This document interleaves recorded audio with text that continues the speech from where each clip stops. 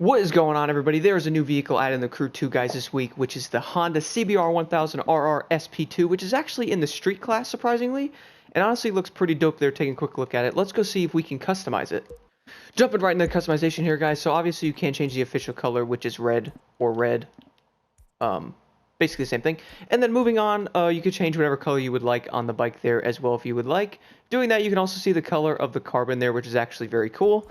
Personally, I'll probably just leave it the red there because it looks freaking awesome, and it's a Honda, so I'd like to have the regular color. You can also change the livery if you would like, depending on what there is there. Obviously, matching a racing bike there if you would like. Really depends on if you like doing the liveries and stuff like that. Personally, I'm going to leave it as is because I like how the regular Honda livery looks. Let's go check out the visual parts now. So, obviously, you actually can do some stuff to this. Unlike the MotoGP bikes and touring bikes, you can't really do much to them, but this one you actually can. So take a look at it here. So here are the headlights you can change. It looks like it makes it carbon, which actually looks pretty awesome there, and the front carbon, that looks cool. I'm actually gonna go with this one.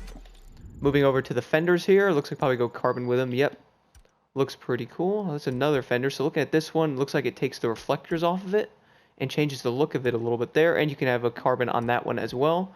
So let's put this one carbon fiber. Moving over to the seat. Looks like, oh, make the whole bike carbon. Wow, that actually looks pretty crazy. So basically you can make the whole bike carbon fiber most likely. I'm going to leave it regular though, fairing. What does that change? Okay, that makes that little side plastic piece there carbon, as you see there. And then moving over to the next one. So you literally can make the entire bike carbon fiber. Let's just actually, should we see what that looks like real fast? How about we see what that looks like real fast? So if you're interested in making this thing fully carbon, it's gonna look something like that. But guys, I'm not gonna go full carbon on this thing. I'm actually just gonna get this little plastic piece here, carbon. I think the full carbon looks cool, but I think it's a little too much. And taking a look at the rims here, which you actually can look at when you buy this bike. So here we can make the rims black there with the red line. You can make them red there, and then finally white. Personally, I'm probably gonna leave the bronze colored rims on there.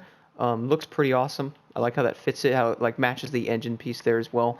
I like that. Moving over to the swing arms here, you can change the color of that as well. Looks like it actually changes it completely to a red one there, or a carbon one, which actually looks freaking dope. Let's go with that one. Moving over to the side mirrors, you can actually remove them, which, you know, classic racing bike there. I'm going to leave them on because, well, I'm going to be driving this thing on the street. So moving over to the exhaust pipes here, we can change. So you make them dual there. You do a side singular one there, and then that one. That makes it almost like an old style exhaust. I'm probably going to have to go with, I mean, I don't know. Some of them don't, I don't know, they don't really look that good if I'm being honest. Dual doesn't look bad. It just doesn't really fit the bike that much. I'm going to go with the carbon one on this, I guess, and leave that one on there. And then the taillight, which for some reason brings you 30 miles away from the bike.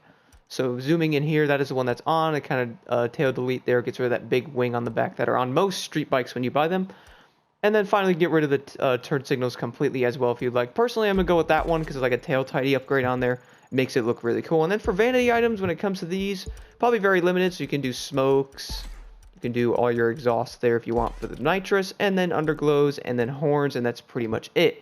Anyway, guys, I'm going to jump right into a street race right now with this thing and test it out and do some speed runs on it to see what it can do. Alright, guys, before I jump into the sleeper with this bike, because I feel like this race might be the best one to test this bike on, let's take a quick look at it here. So, honestly, it does look pretty dope going into first-person mode here as well. I do like the look of it, I really do. So let's rev this thing up and see how it sounds. Sounds pretty good. Idling sounds good as well. I'm kind of impressed. Let's go jump into the race now. So guys, I figured this would be the best race to jump into here with this bike. So obviously, I am struggling right now in the beginning of this with all these other drivers. So how does this thing drive? Well, guys, as you know, bikes were changed a bit from the Crew 1 in the street class because a lot of the bikes in the street class back then in the Crew 1 were doing like 250 miles an hour, which was kind of crazy. I know it wasn't the street class then, but they pretty much ran everything back then, so they were kind of ridiculous. So how is this thing now? Well, as you guys know, the bikes do around 200 miles an hour now, so maybe a little bit more for that matter. So let's see if we can get almost a top speed run right here. So you guys will see there that it does a little over 200 there. Pretty impressive. That's pretty much what you'll get out of these bikes, though. I don't know if a lot of people are going to use this bike, let's say, over some of the other vehicles for summits. But how summits are now, I would say this bike could probably compete now if you really wanted to use it. Handling's pretty good. Obviously, you can't go 140 miles an hour around a turn with it because it's a bike, and, well, that doesn't really work. But overall, the brakes are really good on this thing. Here, hit the brakes right there. I mean, that's pretty impressive for brakes. It turns pretty well. The settings I have on this bike are actually pretty decent. It's just I'm going a little too fast around the turns here. It kind of depends on how you use your brakes and shift and stuff like that as well. Definitely makes a little bit of a difference on this thing. Overall though, guys, it does seem like a pretty dope bike, and I recommend checking it out. I believe it was like 300 something thousand for this. Might be a little wrong on that. Maybe 350. Would I recommend getting it? If you have the money to spare, wouldn't be a bad vehicle to have in your collection. It's pretty cool. It sounds great. See how it drives in first person actually too. I noticed hitting the rear brake on the bikes help a little bit too, so the front brake, and I am running in manual here, so it's a little different. See how it does. I'm gonna see if I can do another top speed run over here as well with it. Let's see if I can get it to the actual top speed. Alright, let's see. Obviously the water's gonna slow down because this isn't a Jeep. Let's see. As you guys see there, 208. Pretty much pushing it to the limit there. I can't really do much more. That's what separates the bikes mostly from the other street vehicles, is this thing is going to be a tad slower than all the other street vehicles, which is kind of unfortunate, but it is what it is, I guess, for that matter. It's still very fun to use, and for like short races like this that don't require you to do insane high top speeds, it would do pretty well. If you're doing a top speed run though, like let's say an Escape, this probably not be the best vehicle to use because it's only going to do 200. You're going to get caught by that thing very quickly. And don't mind my drunk driving right now. I am learning. I'm trying over here. But regardless, guys, this thing's pretty cool, and I recommend checking it out. Handling's pretty good. I'll show my settings as well at the end of the video if you're interested in that. Customization-wise, it's got some good stuff to do, too. You can make this thing look pretty dope with full carbon on it there.